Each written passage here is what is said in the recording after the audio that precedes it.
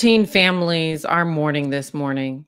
13 families that thought in 4 days their loved one would be coming home after spending however long in Afghanistan. But instead, we're here discussing the two explosions that the Pentagon says has been claimed by ISIS that have left 13 U.S. service members dead, as well as 90 Afghans and more than 100 people injured.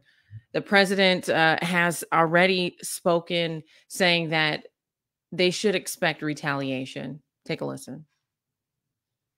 We've been made aware by our intelligence community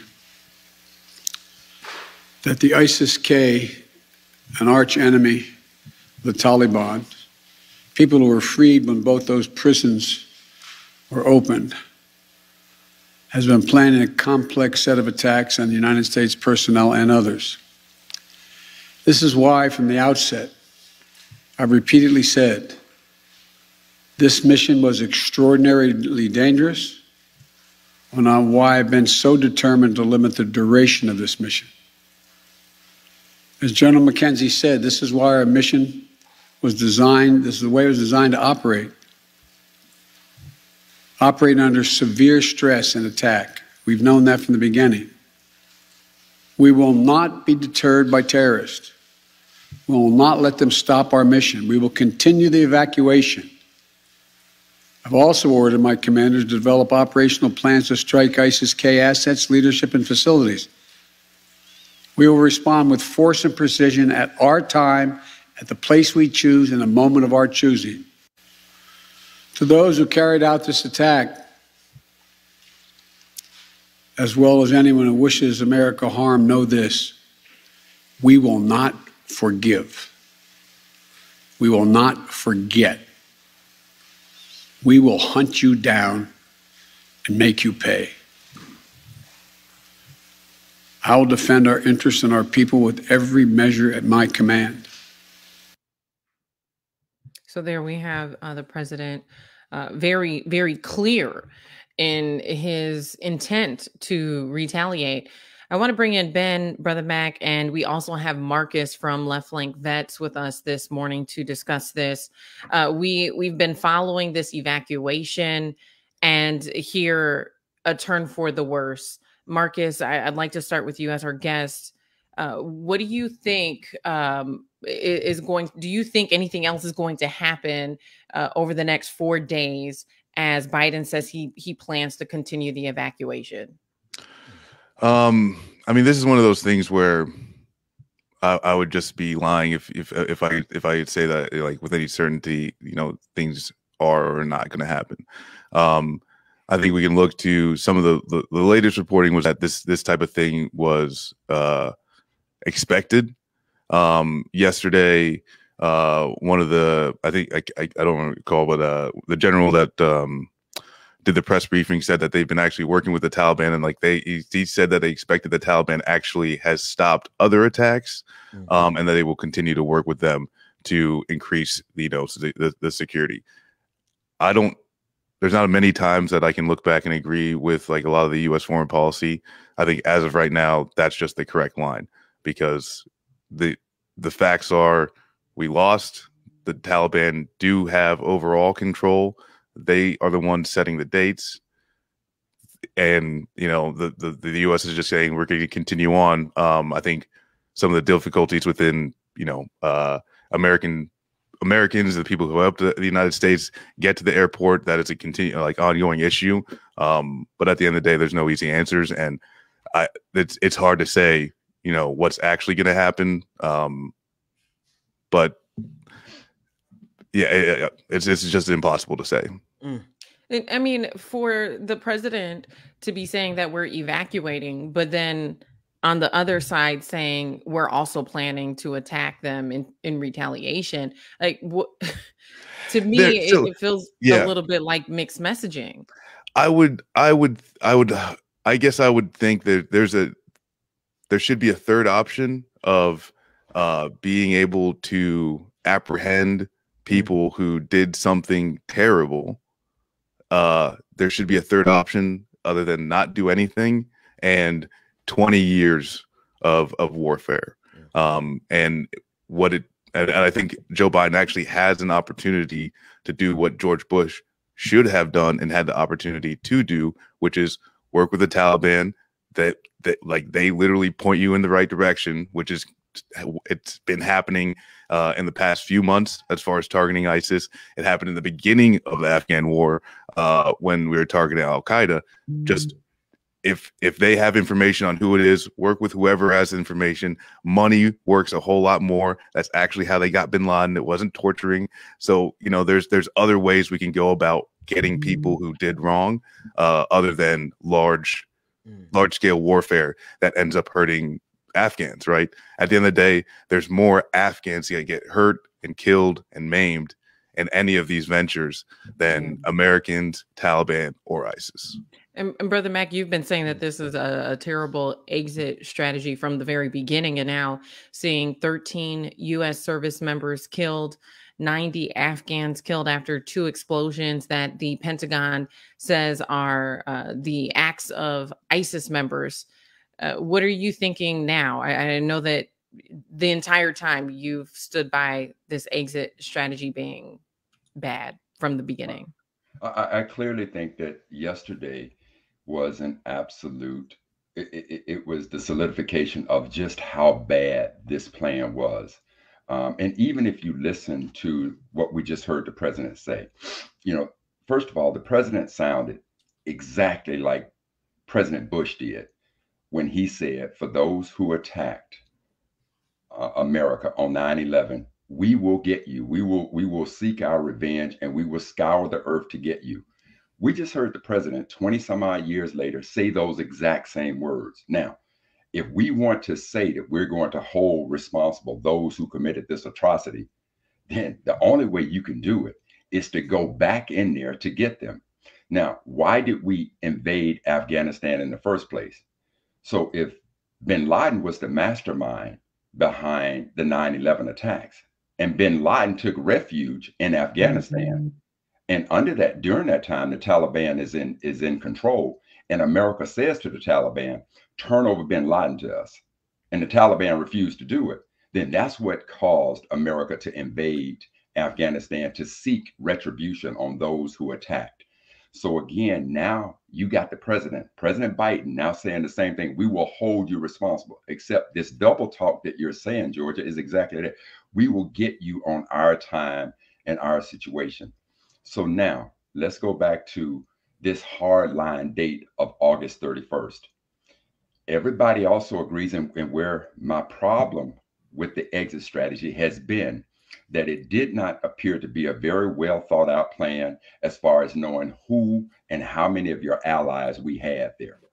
And so now if you decide, come hell or high water, we are going to stick to August 31st, and you don't evacuate all of your allies, because the one thing that I have not heard one current military or former military person say that it's okay if we leave some of our allies behind. It's okay if we leave some of our Americans behind. Not one person has said that. The other thing that I have not heard is I have not heard one Afghan ally who is out of the country say that they trust the Taliban. So again, I've held the position that past performances are a very good indication of future behavior. So now, how can we expect, which there's been a school of thought that says, well, the Taliban wants to be a legitimate government, they're going to do things the right way. The Taliban, yesterday, what it proved yesterday is that the Taliban cannot even control situations within its own country, because keep in mind, ISIS-K, the Islamic State of Khorasan Province, is an enemy of the Taliban, and they can't control them. But the other thing that President Biden said, he said they got out when the Taliban unleashed, I want to say it's between 2,000 and 5,000 prisoners that were held in jail. And Brother Mac, I'd love to hear Ben's thoughts, especially as we dive into the Taliban, because as we've been discussing this from the moment Biden announced the evacuation, right, Ben, you have stood by allowing the Taliban the opportunity to establish themselves as the regime in the country. And now seeing this, do you think that they're responsible for what has happened? Do you think that this has proven that they're unable to take that position successfully? No more than the United States is able to stop white supremacy. Timothy McVeigh, Dylan Roof, the United States is completely either unable or incapable of, and what Brother Mac is speaking of is the responsibility of state actors on the international stage to be responsible for the violence inside of their territory. He's absolutely right about that. The Taliban is going to have to either stop them on their own, ISIS-K, and I want to start here. Let's delineate between ISIS and the Taliban, because there are voices who want to muddy the two together in order to insist that we get fully back into Afghanistan versus a limited action to penalize ISIS or to make sure that ISIS does not come back in the form that we saw them in Syria.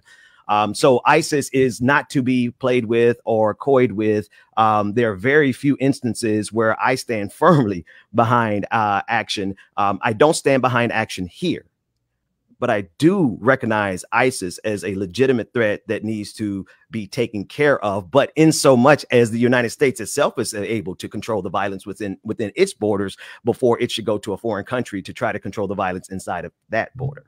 And Marcus, to Ben's point, what's the likelihood that the U.S. could work with the Taliban to I don't want to say, eliminate ISIS, but to figure out what the threat is there and get it under control? I'd say at this point, get used to it. Americans, get used to the United States working with the Taliban in a diplomatic manner. Yeah. At this point, that's the best option, because the United States, it's like calling in a firefighter, but he's got a tank of gasoline on his back. That's the only thing that happens when the U.S. military gets engaged. And you just look throughout history. And we should be, like the fall of Saigon, there's a lot of differences, but that comparison of this, like, just absolute destructive giant in trying to impose its will on another region, this is the thing that we need to recognize that is wrong with our country as Americans. And this is like the thing that's really tough, is that we are now over focusing on this specific disaster, which is absolutely terrible, but we're ignoring the amount of damage and suffering that this country does through dealing weapons to Saudi Arabia, which I don't hear too many cries for the rights and the the liberties of Saudi women. There are other countries that we do a lot of deals with, that we have a lot of diplomatic partnerships with, that also do horrible things, just like we do sometimes to our own citizens, right? Like kids in cages. Like we could, the amount of people who die without healthcare, the amount of kids that are in poverty, like we can go on and on and on. It is not our place to, dictate. And now that we have, is pulling out of this going to be easy and or perfect? No, I think there's a myriad of ways that you can critique Biden and the administration for what they've done, but pulling out, getting out by the 31st, making sure that we don't engage in these large scale wars over. I mean, it's over for profit. Yeah, that's what the actual goal is. And as of today, $2 trillion have gone to just 5 companies from the U.S. government. Like that's what warfare does.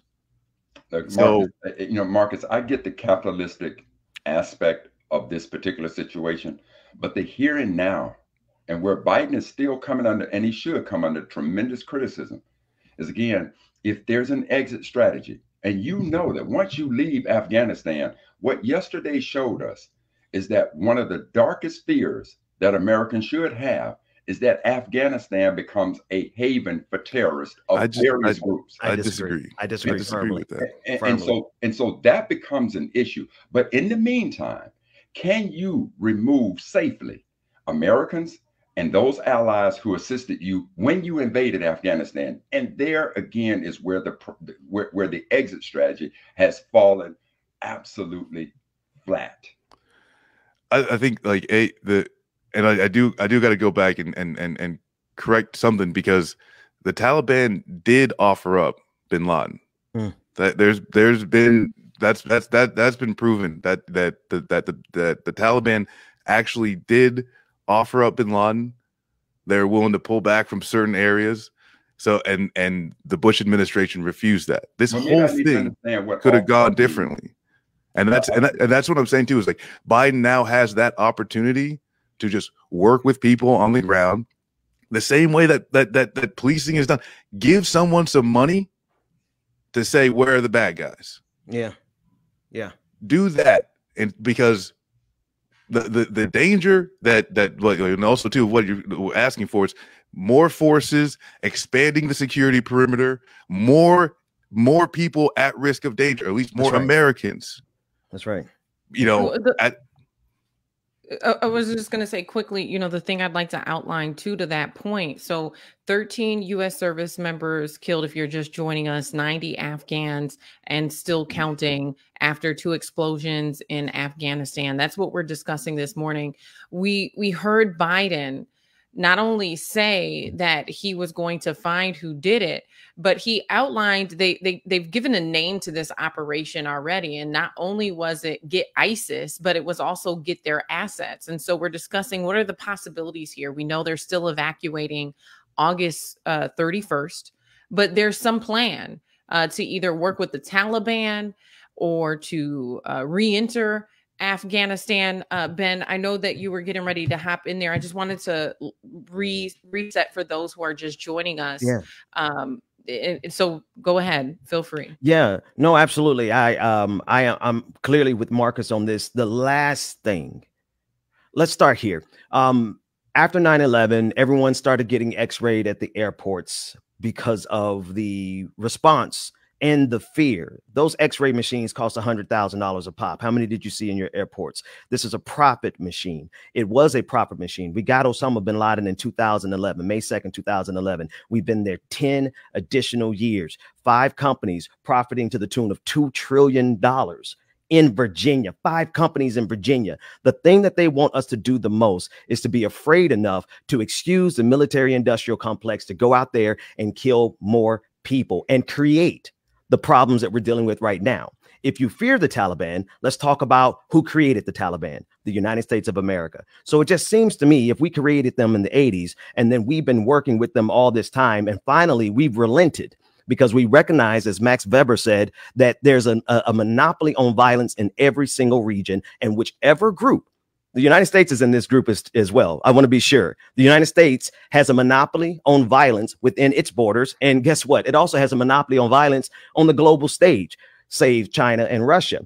Similarly, the Taliban has claimed the monopoly on violence in their region, and they are being challenged very briefly by ISIS-K. Last thing I'll say, pay someone to give up who did this, because I guarantee you ISIS paid the family of the suicide bomber who killed himself yesterday.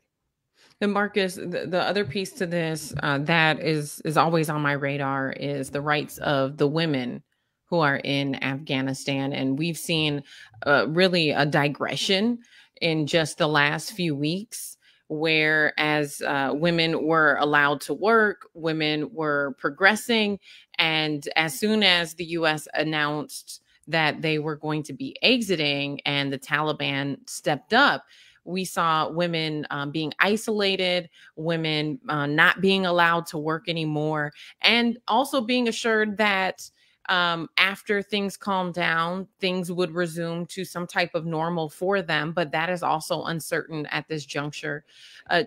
And I've heard you too talk about the rights of women in other countries and whatnot. But with this specific situation, when we just look at Afghanistan, do you think the Taliban is going to restore the rights of women after the U.S. is fully withdrawn? I'll just make it clear that, like, I don't think the Taliban are, like, it's not good. They're like oppressive theocratic group.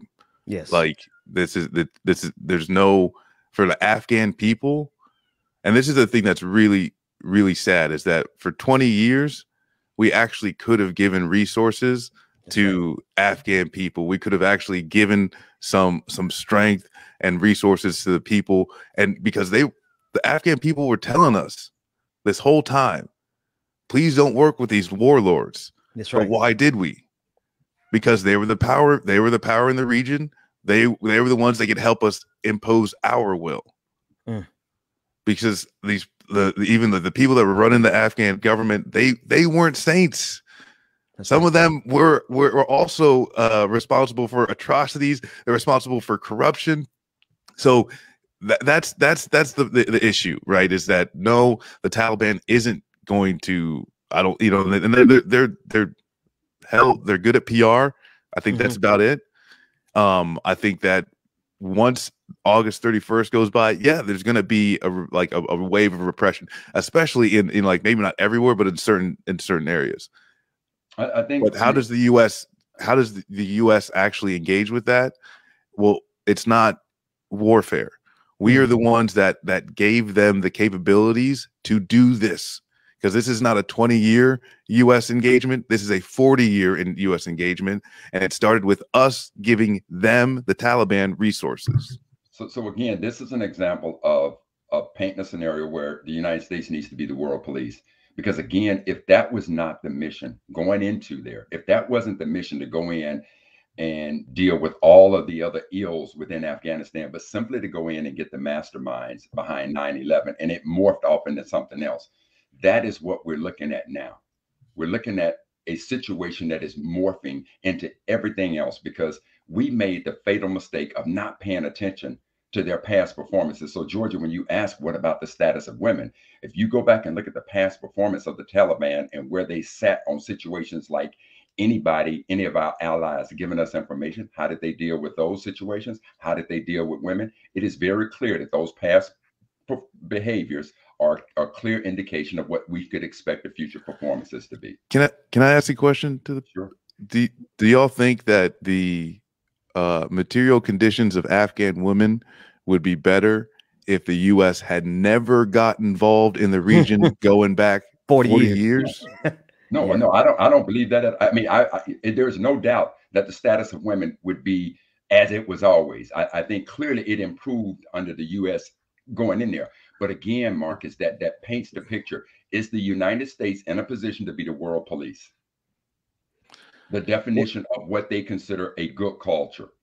If you do that, you go down that situation, and you want to talk about growing the military industrial complex, it'll absolutely skyrocket compared to where it is now if America decided to play the world police. So I'm not arguing at all that it wasn't a good thing to try to bring people around the world into equality. But again, when you look at what is the definition of equality when you now going into somebody else's country, defining what their culture should be. Yeah. Only thing I would say to that is the rights of women were actually better off before the United States got involved in the 80s and funded the far right wing faction, the fundamentalists that became the Taliban. Some of the reason the women are facing what they're facing right now because of the Taliban is because the United States created the Taliban by funding far right wing extremism, which is analogous to the far right wing extremism that exists in this country. And this is why we currently see an overlap of Republicans who are identifying with the Taliban, because they actually do prefer that patriarchal, religious dominating society. And that's exactly who we funded in the 80s. And so that's why we saw the transformation of women on a trajectory towards liberation to women who are facing oppression. The United States had a direct role in that. You know, this is something that I really, really struggle with. And the reason being is because I feel like the only way to really know the quality of life for women in Afghanistan is to talk to them. Yes. And we can't. And so it's for me, I struggle with that because, you know, we're hearing these analysis by journalists who are there on the ground and, you know, different leaders. But at the end of the day, if we're not hearing directly from the Afghan women who are living there and the generations, right? So to your point, Ben, to go back to the 70s and the 80s and hear from a grandmother, a mother, and a daughter who have all lived there and see how have things really changed. Yeah. And so I struggle with that piece because I feel like we're getting second, third, and sometimes fourth hand information on the conditions of the people who are there on the ground. And so when it comes to the condition of women, I want to hear from them. I want to know what their lived experience has been. I want to know at what point did they feel like they had the freedoms and the liberties as their male counterparts. And to this date, I haven't specifically seen any media that's been produced that is a sit down with them. And then I feel like it's because they're prohibited from being able to speak out in that capacity. I know that we are on the clock here and we are beyond time. So Marcus, I want to thank you for joining Brother Mac and Ben. As always, for those of you watching, stick around for more on the Benjamin Dixon Show.